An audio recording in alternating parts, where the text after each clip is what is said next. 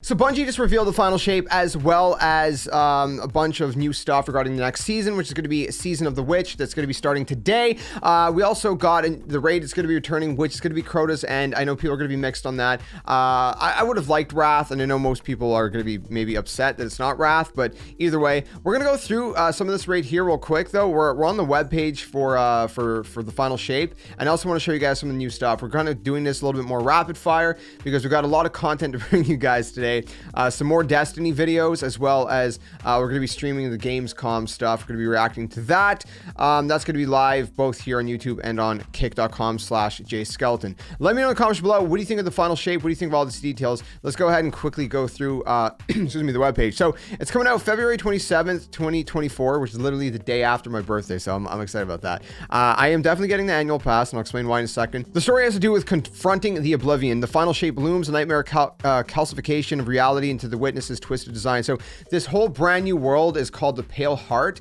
It's a new destination, and if you notice actually with this screenshot, we're going to be revisiting the D1 tower in here, which is really cool. So it's all, basically, has all the kind of greenery over it and whatnot. So it feels like a lot of the stuff that was from the past is within here. I don't know the lore behind it. I still don't know why Cade is back either. Cade is back. Nathan Fillion is back in the, reprising his role as Cade 6. I'm really happy that he's back, but I have no idea why. But I know that he's going to be there. And anyway, so the Pale Heart is this destination. And so, it's beautiful at the beginning, but when you get kind of closer to the Witness's, lair, if you will, it gets more kind of menacing and just freaky and ominous. Now, they're bringing three new light supers to the mix.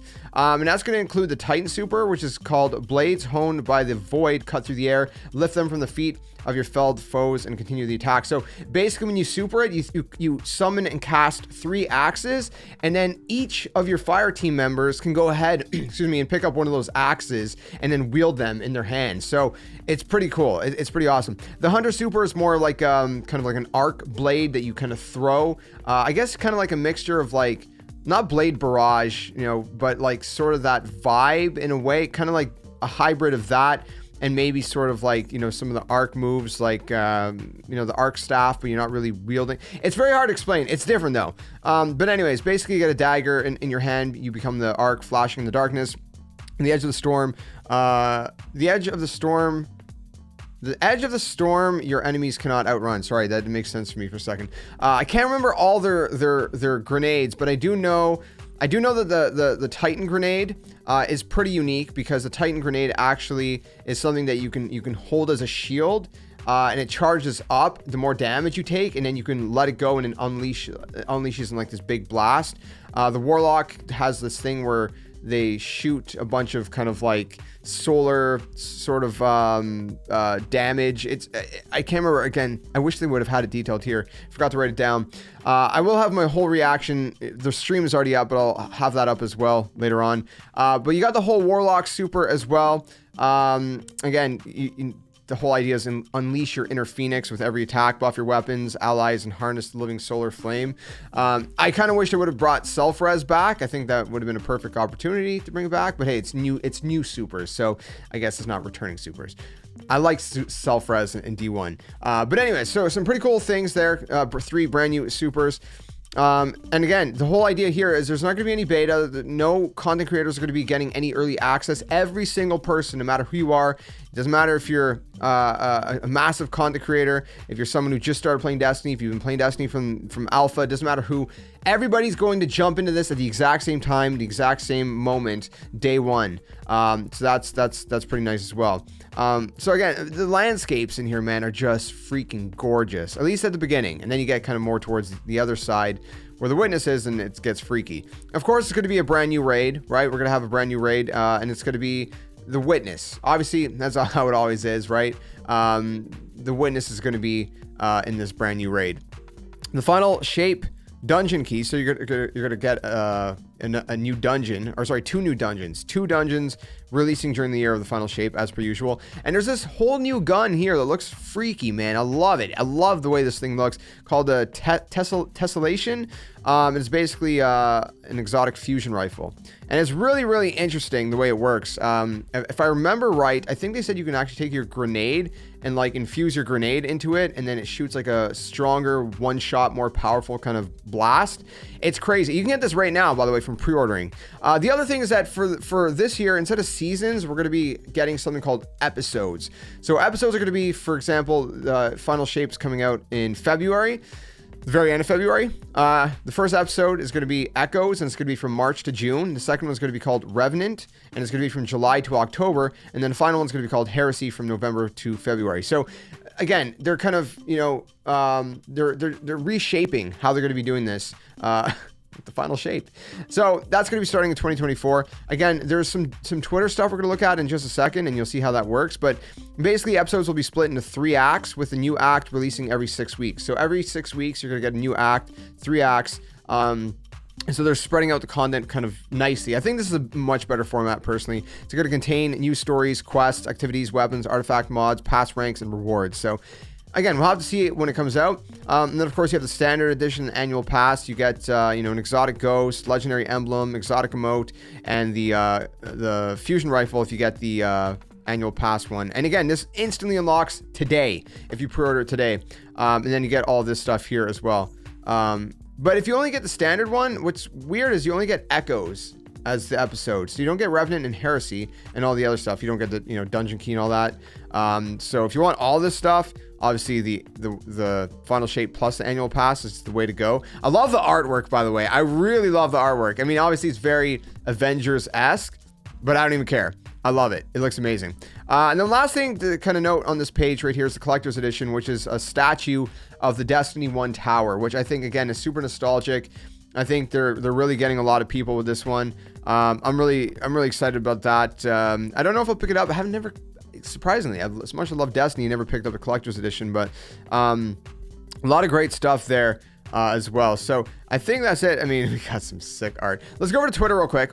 So over on Twitter, if you actually go here, so there's a couple different tidbits that they mentioned. So for example, never lose track of your high priority quests ever again. Season of the Witch brings all new featured quest screens. So this is a whole new thing with the starting today, by the way, with Season of the Witch. So you can see how that kind of works right here. Makes it a lot easier with that as well.